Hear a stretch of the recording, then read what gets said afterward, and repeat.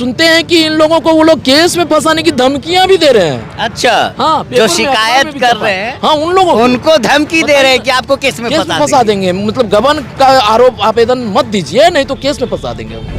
Chairman और कार्यपालक पदाधिकारी दोनों की मिलीभगत है और कार्यपालक पदाधिकारी ने बयान दिया है कि ये लोग सरकारी कार्य में बाधा पहुंचा रही है। मतलब सही में वो जो है सो मन बना रही है। इलेक्शन में लगभग कितना खर्च किए होंगे चेयरमैन साहब?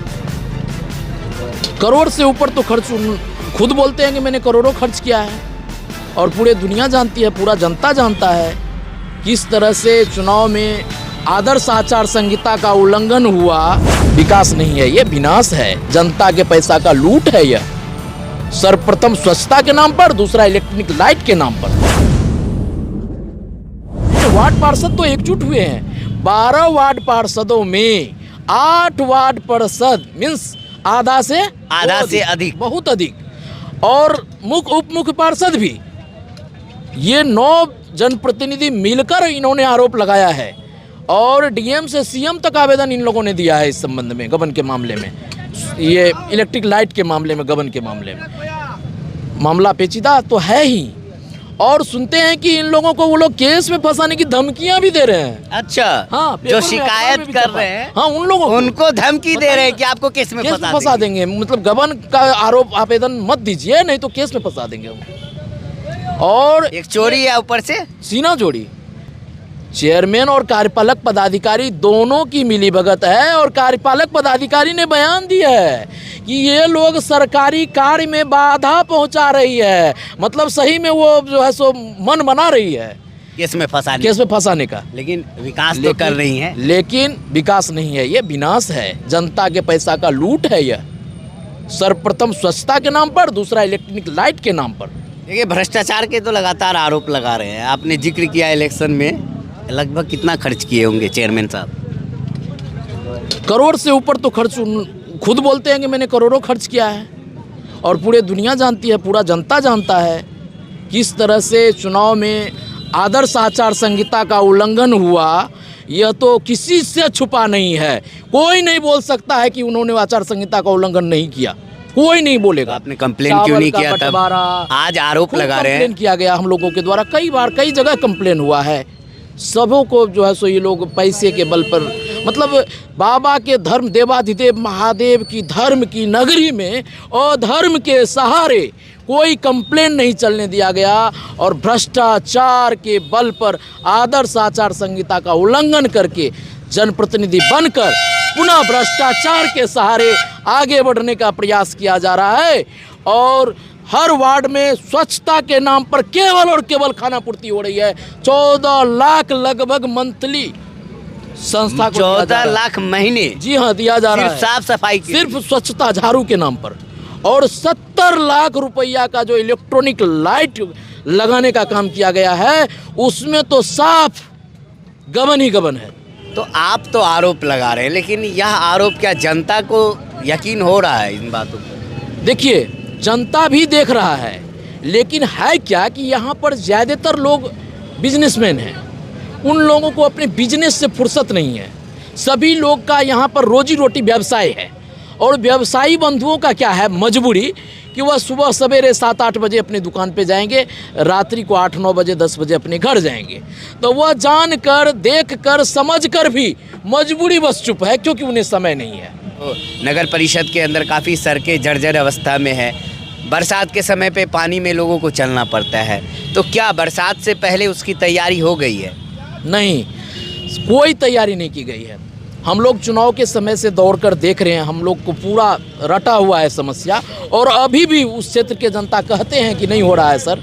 जैसे कि हॉस्पिटल रोड में मस्जिद से लेकर, हॉस्पिटल से लेकर रजक टोला तक, वहाँ पर स्वास्थ्य से संबंधित लोग जाते हैं और बीमार होकर लौटते हैं। उस रोड से गुजरने का हिम्मत नहीं होता है लोगों को। ऐसा अभी तो बारिश कहाँ हुआ, फिर भी नाली बहती है वहाँ, जो कि चुनाव के समय बहती थी।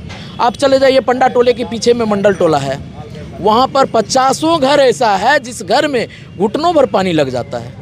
कोई जल निकासी की व्यवस्था नहीं है। आप चले आइए इधर, ये शांतिवन गली पीछे साइड में, वहाँ पर जल निकासी का कोई व्यवस्था नहीं है। कोई व्यवस्था नहीं है जल निकासी का। वहाँ भी घुटना भर पानी लगता है, जनता घर से निकलने को बेबस हो जाते हैं। देखिए हमारी बातों को लगा 15 मिनट हुआ, एक बार कैमरा पीछे कर लीजिए। सबसे बड़ी समस्या यहाँ पर जाम की है और जाम को मुक्त करने के लिए एक सबसे बड़ी बात कही गई थी कि यहाँ पर अतिक्रमण को हटाया जाएगा सड़कों पर से। क्या अतिक्रमण हटा है? कुछ नहीं हुआ है। जब स्वच्छता सर्वोपरि है, स्वच्छता से हम लोग जो है सो बीमारियों के शिकार से बचते हैं, और स्वच्छता पर कुछ कोई काम नहीं हुआ और जो है सो बिजली इलेक्ट्रिक लाइट के नाम पर गबन हो गया, तो वो अतिक्रमण कहाँ से करेगा?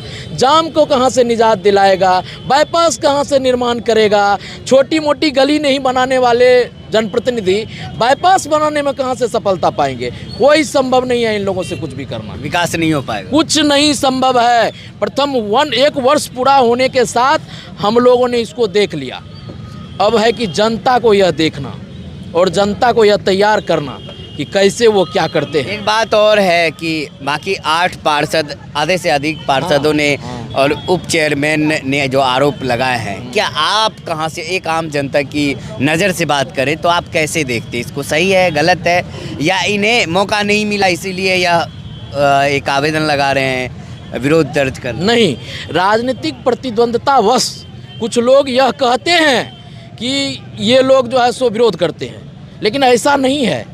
मेरा जहाँ घर है वहाँ तो खैर मैं अपने आँख से देखता हूँ, बट 12वें वार्ड के कुछ ना कुछ तो लोग मुझसे जुड़े हुए हैं। इतना वोट आया, इलेक्शन लड़ा हूँ, तो वो लोग बताते हैं कि मेरे वार्ड में जो लाइट लगा सेंसर वो ख़राब हो गया, ये हो गया, वो हो गया, ये नहीं हुआ, वो नहीं हुआ, स्वच्छता वाला नहीं आया, वहाँ पर जो इतना कचरा जमा है वहाँ पर महकता है।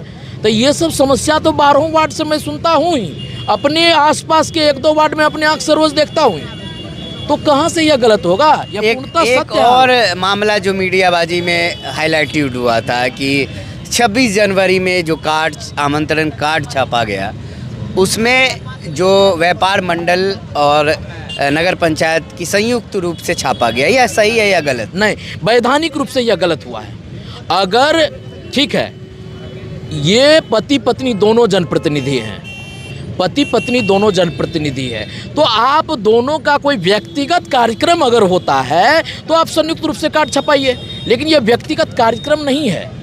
यह नगर पंचायत का अलग कार्यक्रम है, व्यापार मंडल का अलग कार्यक्रम है झंडोत्तोलन का, और बाय सर्कुलर वैधानिक रूप से दोनों का अलग कार्ड छपना चाहिए था।